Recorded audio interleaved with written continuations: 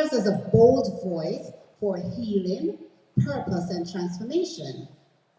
Born in the beautiful island of Jamaica and raised in good old Boogie Down, Brooklyn, she brings over 20 years of frontline and executive leadership at NYC Children's Services, where she empowers families and leads with vision.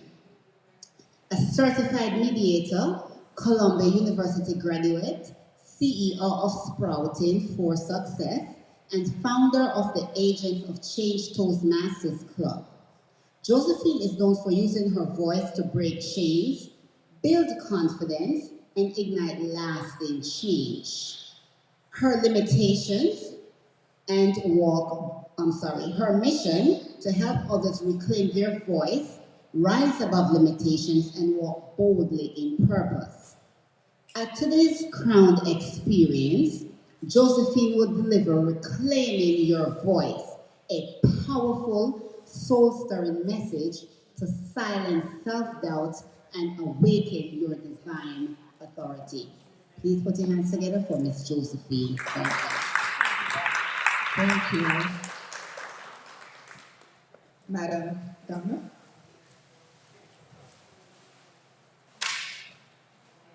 Right, front and center version. Turn around for them. She understands the mission, just in case you're wondering. Imagine stepping up to the plate, bat in hand, ready to strike, only to be told to put the bat on your shoulder. Never, ever to swing, no matter what the pitch is. How would you feel? Would you be devastated or encouraged? Remember, you are the baseball player. This is the story of your life, and you're basically being benched in the very beginning. Thank you, Don. Sit down. This pretty much has been the story of my work life. For the past 23 years, I have worked for New York City Children's Services. I boldly sashayed into the office, letting everyone know who I was. I'm an Ivy League graduate. I have impeccable skills. Of course, I'm gonna own my space and also ensure that my voice is being heard. I've always been told by my grandmother that I have a purpose and there's greatness within me. And no matter what happens, no matter what anyone says, I should never, ever let my purpose and my destiny be stolen from me. Can anyone relate? As a result of that, I was very intentional about how I interacted with my colleagues and my superiors. Unfortunately, Mr. City Government, guess what happened? Strike one.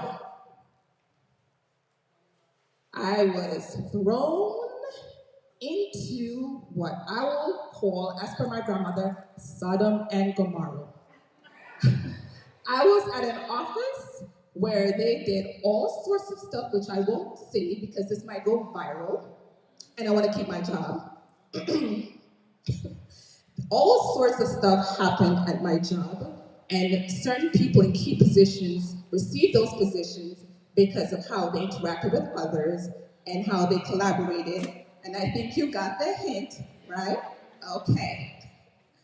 And this is me, Josephine, who was grounded from a child in the church, raised with integrity, and told that I should let my work speak for itself and not have anything else define me or anyone else define me.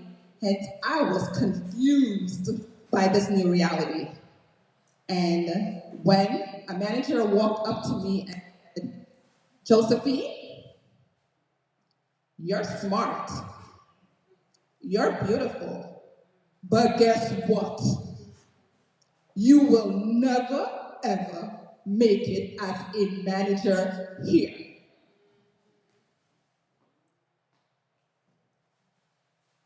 I was devastated.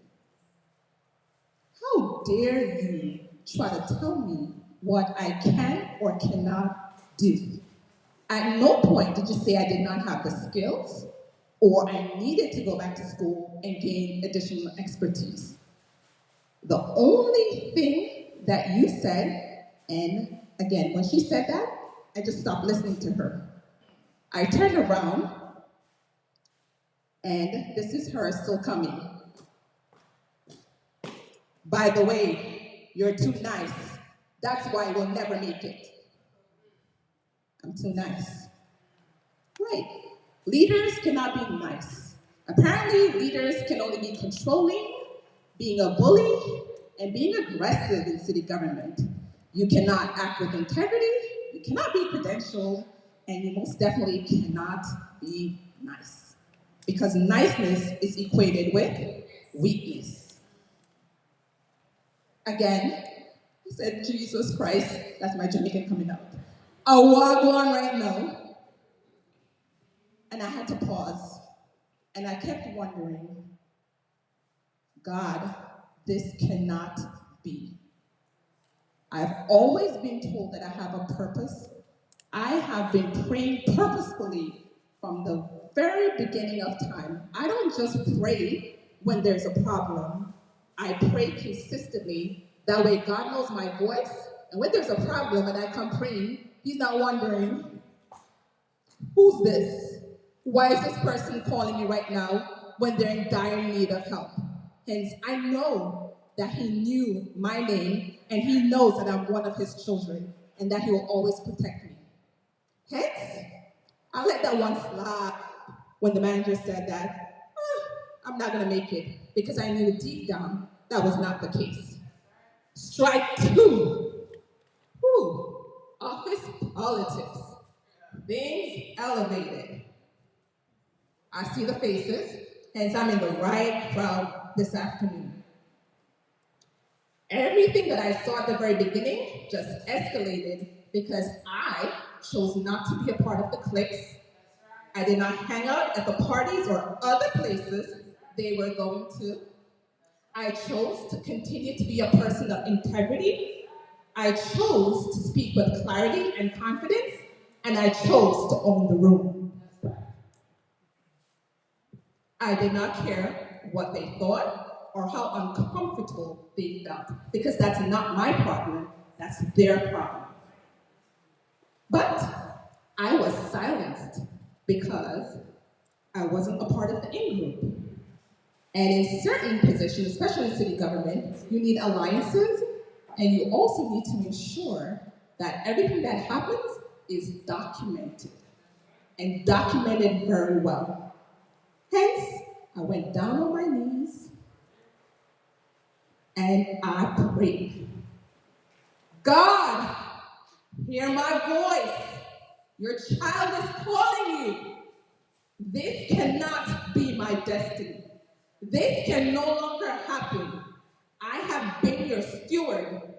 I have sown those seeds that you have given to me for greatness.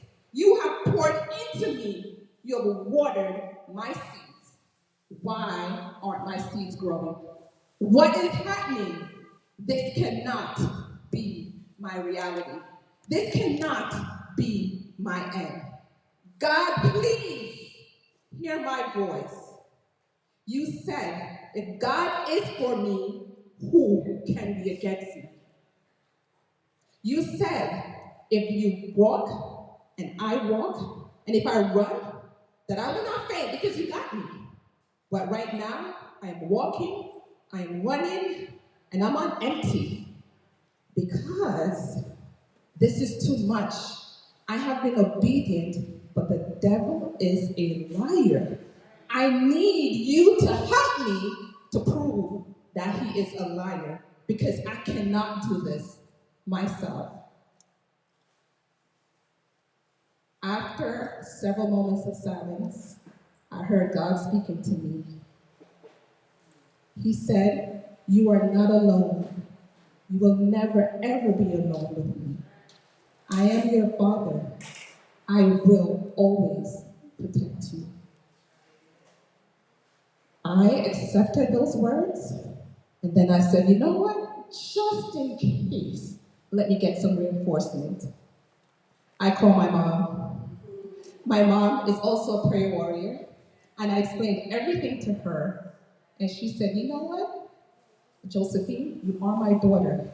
Whatever you want, I will do it. I know that God heard your voice, but I will get all of you, the ladies at church, and we will pray for you. And I said, okay, amen. Then I said, that's not enough. This is Sodom and Gomorrah. I need additional reinforcement. I called Grandma. Grandmas are the best. When I called my grandma and I told her what happened, woo, is what she said. Not my baby, not my baby. My grandmother told me she was going to get all the senior ladies from her church. And she said, you know what? Consider it done. What God has for you, no one can take it away from you. You have been prayed up since you were in your mother's womb. When you entered this world, you were also prayed up. They may deny you, so they think. But no, it's not a denial. In their own thought process, it's a denial. But for God, that's just a temporary delay, setting you up for success and setting you up to fulfill your greatness and your promises. I said, you know what? I personally spoke to God, I spoke to my mom, and I spoke to my grandma. I know I am covered. This is definitely going to work. Guess what happened? I was promoted to being a supervisor. Not only was I a supervisor, I excelled. I got outstanding on all of my evaluations, and I'm documenting everything from A through Z and Z through A. And I learned the importance of building alliances. And I started the stepping stones of ensuring that my network was tight. Not only was I protected by God, but I have individuals within each position from the lower level all the way up to the executive level that will be there to support me. And lastly, I made sure that my reputation and integrity was solid as a rock. There was no denying who Josephine was. They could send emails, they could say whatever they want. What they will not be successful in is denying that I am amazing. No matter what the naysayers say. And I continued successfully as a supervisor. Then I said, you know what, I think I need to progress to senior leadership. I've been doing this for quite a while. I need to pour into others. I need to be able to let others see that you do not have to be a bully, you don't have to be controlling or aggressive. I need to be at a higher level whereby entry-level staff coming in and those in our community can see someone like me, someone with integrity, someone who's credentialed, and someone who is a person of God that will not compromise who they are just to fit into their box. I asked God, what would you have me do? I prayed for weeks, and he said, there's a position open up as a director in Manhattan. Why don't you try out for it? I did, and guess what happened, everyone? Oh, you guys are psychic. I need some ladder numbers. I absolutely got that position. However, they weren't over with me yet. They had more stuff in store. Again, I excelled being a director. Not only was I a director, I was the youngest director, which means, you know what happens? You're young, you're beautiful, have all these credentials. You came with glowing accolades, and they tried to set me up. In meetings, they put my ideas in the parking lot. I swear, that parking lot must be rotting, mold, mildew, because my ideas never came from the parking lot. It stayed there. I was not included in certain circles. I was not given certain opportunities to be able to excel. But I called on God again. And what happened? What happened, everyone? What did God do for me? He brought me through. He brought me through. Hence, I'm here this afternoon to tell you that do not be silenced by anyone, whether it's at work, in your family, or in your community. Each of you was born with a seed of greatness. You have a crown that was put aside for you at birth. It is up to you to reclaim that crown. I have 3 tips for you in order to ensure you're not silenced, whether it's professionally or personally. Tip number 1, make sure you speak with confidence and clarity, the 2 C's. When you walk into the room or you raise your hand or you're about to present, be confident and bold in what you have to say and be clear when you're speaking. If you need to pause when you're speaking, pause. Do not go a mile a minute. Let your words be intentional when you're speaking. Tip number 2, do not, as Shannon said, say yes to everything. You must have boundaries. When you're a yes person, you get burnt out real quickly, and then when you're burning to a crisp, they find somebody else. You built the foundation, and now the house is amazing, and they move somebody else in to claim your glory after you did all the hard work. Don't do it. It's not worth it. And last but not least, as you heard me mention, build alliances. You have to have alliances. Your alliances, beyond God, will help you along the way in meetings. I used to have secret codes, I would put certain things up, you know exactly when I need to be rescued, and vice versa. Be mindful. The alliance is not just for you, it's also for them. Those folks that are helping you, you must also help them as well, too. It has to be reciprocal. It cannot be a one-way street. We're not going to be selfish as it relates to that.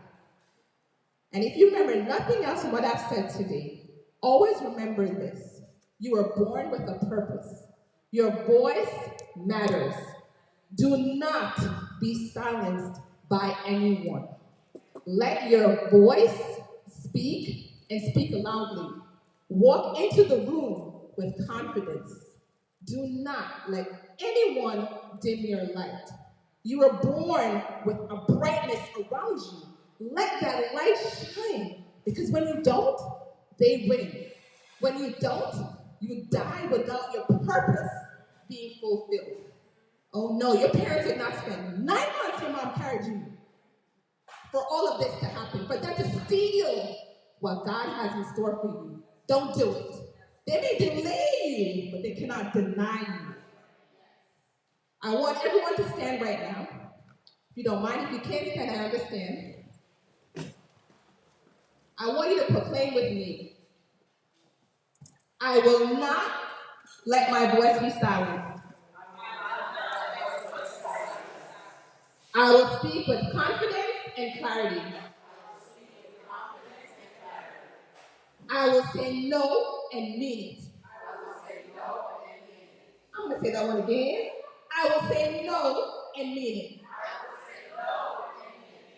Congratulations, you are now on your way to reclaiming your voice, reclaiming greatness, and reclaiming your crown. Thank you.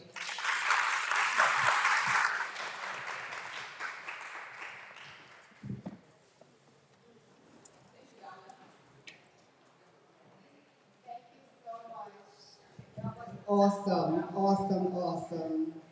Thank you very much, Josephine.